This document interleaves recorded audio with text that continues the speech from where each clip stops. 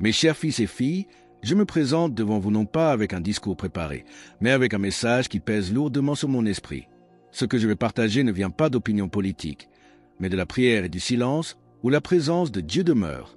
Ce message concerne un homme dont le nom suscite de vives émotions et des divisions, Emmanuel Macron.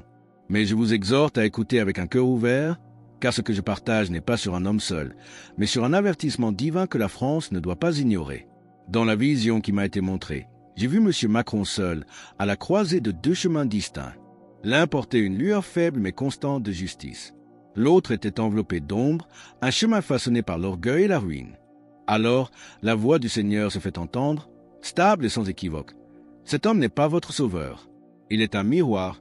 À travers lui, vous verrez ce qui est caché en vous-même. Le cœur du roi, nous dit le livre des Proverbes 21h1, est un courant d'eau dans la main de l'Éternel. Il l'incline partout où il veut. Comme petit merci de nous rejoindre aujourd'hui, nous offrons un moment de bénédiction partagée. Commentez avec le mot « foi » si vous êtes ouvert à recevoir une pensée finale spéciale dédiée à tous ceux qui participent. Et s'il vous plaît, appuyez sur « j'aime » si vous appréciez ce moment. Emmanuel Macron n'est pas le centre du message. Il est le véhicule par lequel le vrai message est transmis. L'attention n'est pas sur lui, mais sur nous. Sur la France, sur chaque âme confrontée au choix entre le royaume de Dieu et les systèmes fragiles des hommes. Restez avec moi, car ce que je vais vous révéler ensuite est une vision de la France elle-même, une vision qui explique pourquoi Dieu a permis qu'une figure aussi tumultueuse se lève en ce temps précis. Si Emmanuel Macron est un miroir, quelle image de la France reflète-t-il? La vision qui a suivi m'a montré la nation comme un grand arbre autrefois florissant, mais dont les racines sont maintenant empoisonnées. Quel rôle joue M. Macron dans cette image, et pourquoi est-il décrit non pas comme une pluie qui guérit, mais comme un orage qui secoue? L'Esprit m'a montré la France comme un grand arbre planté près d'eau vive. Autrefois, il était florissant, ses fruits abondants, un abri pour beaucoup. Fille aînée de l'Église, ses racines puisaient dans une foi profonde. Mais j'ai vu ses branches devenir cassantes, ses feuilles se flétrir et ses racines empoisonnées par l'orgueil et la rébellion. La nation criait au renouveau, mais ses cris étaient étouffés par les idoles de la richesse, de la luxure et du pouvoir. C'est au milieu de cet arbre défaillant qu'Emmanuel Macron est apparu, tel un orage. Non pas une pluie douce pour restaurer, mais le tonnerre pour secouer et l'éclair pour exposer les ténèbres cachées. Mes enfants, comprenez-vous? Dieu a permis son ascension pour que ce qui était dormant se manifeste, pour que la corruption, la division et l'apathie ne puissent plus dormir sans être vus. Un orage ne guérit pas, mais il peut réveiller. Cette image de la vigne autrefois fidèle mais devenue infidèle est un thème récurrent dans l'histoire sainte. Le prophète Jérémie 2h21 se lamente au nom de Dieu. Je t'avais planté comme une vigne de choix. Comment t'es-tu changé pour moi en serment dégénéré d'une vie étrangère? La vision montre que la France est appelée à se souvenir de sa vocation première. C'est pourquoi il faut écouter, non pas parce que M. Macron est saint, mais parce que sa présence est prophétique. C'est un signal que le temps du sommeil est terminé. Ainsi, l'orage qui secoue la France a un but divin, nous réveiller. Mais le ciel m'a également montré le grand danger auquel les fidèles sont confrontés en observant cette tempête. Comment beaucoup, fascinés par le spectacle, risquent-ils de manquer l'appel à la repentance et de fermer leurs oreilles à la voix de Dieu qui parle à travers le chaos? Le grand danger, mes enfants, est de regarder cet orage avec les yeux du monde. Le ciel m'a montré que beaucoup d'entre vous observent avec curiosité, avides de commérage, de spéculation, du prochain scandale, tout en restant aveugles à la réalité plus profonde. Si vous traitez cela comme un divertissement, vous manquerez l'appel à la repentance. Si vous le rejetez comme de la simple politique, vous boucherez vos oreilles à la voix de Dieu qui parle à travers la tempête. Jésus réprimandait les pharisiens dans l'évangile de Luc 12h56, en leur disant « Vous savez discerner l'aspect de la terre et du ciel. Comment ne discernez-vous pas ce temps-ci » Aujourd'hui, cette question nous est posée à tous. Savons-nous lire les signes spirituels derrière l'agitation politique? Je vous en supplie, ne vous détournez pas. Je ne parle pas pour être applaudi ou approuvé. Je parle parce que le Seigneur a marqué ce feu sur mon cœur et m'a ordonné de vous avertir. La France se trouve à un seuil, et son choix façonnera non seulement son destin, mais celui des générations à naître. Soyez donc fermes, attentifs et priants, car le poids de cette prophétie va s'alourdir. C'est un appel à vous réveiller à la vérité. Le ciel crie « Repentez-vous, préparez-vous et discernez, car l'avertissement a retenti et le temps est court. » La France se trouve donc à un seuil décisif, et l'enjeu est spirituel, non politique. Mais la vision ne s'est pas arrêtée à cet avertissement. Elle s'est approfondie, me montrant M. Macron non plus comme un orage, mais comme une figure ployant sous un poids invisible au milieu d'une foule en délire. Quelle est la signification de ce point et quel nouveau message le ciel a-t-il délivré à travers cette image? La vision s'est approfondie, et j'ai vu Emmanuel Macron non pas comme un dirigeant sur un trône, mais comme une figure ployant sous un poids invisible. Autour de lui, une foule déchaînée, des acclamations, des malédictions, des appels à la justice et des cris de vengeance. Mais au-dessus de chaque clameur humaine s'élevait la voix plus silencieuse et plus lourde de Dieu. Ne voyez-vous pas? Il est un signe. Si la France tient compte du signe, la miséricorde reste à sa portée. Si elle le rejette, elle entre en jugement. Mes enfants, comprenez la gravité de ceci. Il ne s'agit pas de la carrière d'un homme ou de résultats électoraux. Il s'agit de l'âme d'une nation qui, autrefois, tenait le flambeau de la foi et qui vacille maintenant au bord de l'ombre.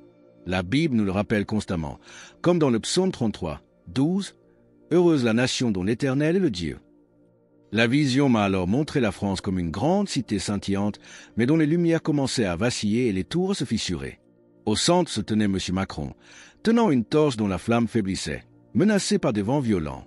Et le Seigneur dit, « Cette torche n'est pas la sienne. Elle appartient au peuple.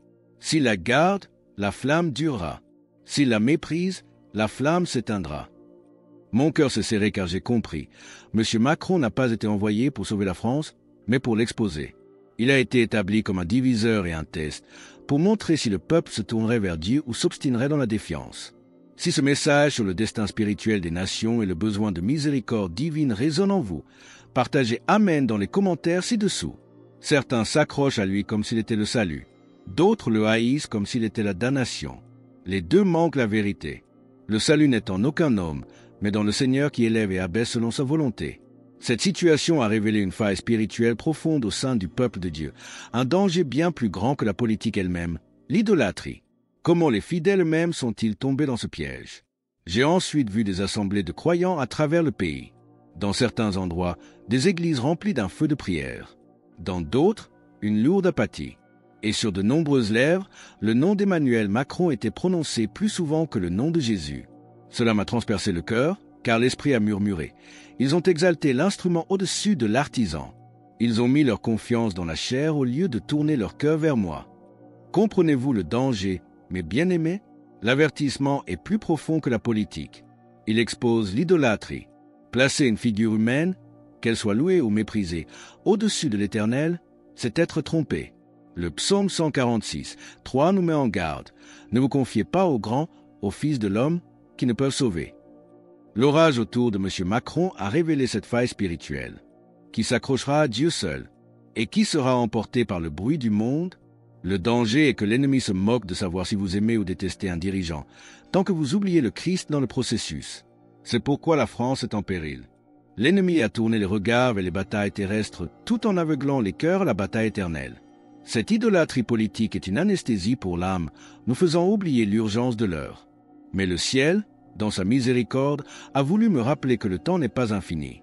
J'ai alors vu une immense horloge suspendue dans les cieux, dont les aiguilles avançaient avec une rapidité terrifiante.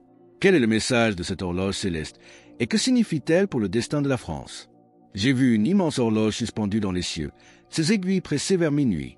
Chaque tic-tac retentissait comme un coup de marteau, secouant le sol. Et le Seigneur dit, « Le temps n'est pas infini. Ma miséricorde déborde, mais elle n'est pas sans limite. La France se trouve dans ses dernières heures de décision. Se repentira-t-elle ou endurcira-t-elle son cœur? » M. Macron n'était pas l'horloge, mais le son du tic-tac, fort, insistant, impossible à ignorer, permis pour réveiller une nation et lui rappeler que l'heure est tardive. Pourtant, au milieu des ténèbres, j'ai vu un petit reste. Un groupe d'hommes et de femmes prosternés dans la prière. Ils ne priaient pas pour le succès ou la défaite de M. Macron, mais pour la miséricorde de Dieu, pour que sa volonté soit faite. Leur prière s'élevait comme de l'encens, formant un bouclier de lumière sur le pays. C'est le pouvoir de l'intercession des justes, comme lorsqu'Abraham a plaidé pour Sodome. Le Seigneur a promis, « Je ne la détruirai point à cause de 10 justes » Genèse 18h32. Et le Seigneur dit, « À cause de ce petit nombre, je retarderai la pleine mesure du jugement. Mais s'ils se lassent, si leur voix s'estompe, l'orage éclatera sans retenue. » Mes bien-aimés, c'est l'appel qui vous est lancé. Vous êtes invités à faire partie de ce petit reste. Pour rejoindre notre communauté de prière et ne manquer aucune histoire inspirante, pensez à cliquer sur j'aime et à vous abonner. La prière du petit reste est donc le dernier rempart contre le jugement. Mais cette prière est un appel à la miséricorde, pas une garantie automatique. La vision finale m'a montré les deux chemins qui s'ouvrent maintenant pour la France, deux destins radicalement opposés qui dépendent de la réponse de la nation à cet ultime avertissement. Quelle est cette vision de la ruine ou du renouveau? La vision finale que je dois partager est la plus lourde, portant à la fois l'ombre du destin et l'étincelle de l'espérance. C'est la dernière chance pour la France. J'ai vu M. Macron non plus en position de pouvoir, mais debout à la croisée des chemins. Devant lui, un chemin étroit, marqué par une croix de lumière. L'autre route, large, était bordée de bannières d'orgueil, de richesse et de pouvoir.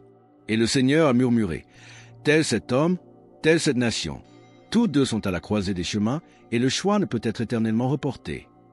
Cette image est celle que Jésus lui-même nous a donnée en Matthieu 7, 13-14, la porte large qui mène à la perdition, et la porte étroite qui mène à la vie. J'ai alors vu les conséquences du choix de l'orgueil, des villes brûlant, non par des bombes étrangères, mais par la colère de leur propre peuple, des églises fermées par la division interne. Le Seigneur dit, « S'ils choisissent l'orgueil, je retirerai ma main, et ils se détruiront eux-mêmes. » Mais dans un acte de miséricorde, une autre vision est venue. J'ai vu des dirigeants et un peuple à genoux, en secret, pleurant devant Dieu. J'ai vu des églises se repentir d'avoir négligé l'Évangile. J'ai vu des familles se réconcilier. Et la France, tel un aigle, s'est relevée, ses plumes restaurées, brillant plus fort qu'auparavant. Et l'Esprit a déclaré, « S'ils reviennent à moi, je guérirai leur pays. » Mes enfants, le choix ne repose pas seulement entre les mains des présidents, mais dans le cœur du peuple. Chaque prière est une pierre posée sur le chemin étroit. L'heure est grave. Ne dites pas, « J'attendrai que les dirigeants se repentent. » Repentez-vous, car Dieu regarde les cœurs humbles. Choisissez aujourd'hui qui vous servirait. Alors que nous concluons sur ce choix ultime entre le renouveau et la ruine, nous vous invitons à déclarer votre foi. Commentez « Jésus est roi ci-dessous » pour affirmer cette vérité avec nous. Et votre parcours ne doit pas s'arrêter ici. Cliquez sur la vidéo qui apparaît maintenant sur votre écran pour un autre message puissant que nous avons préparé pour vous.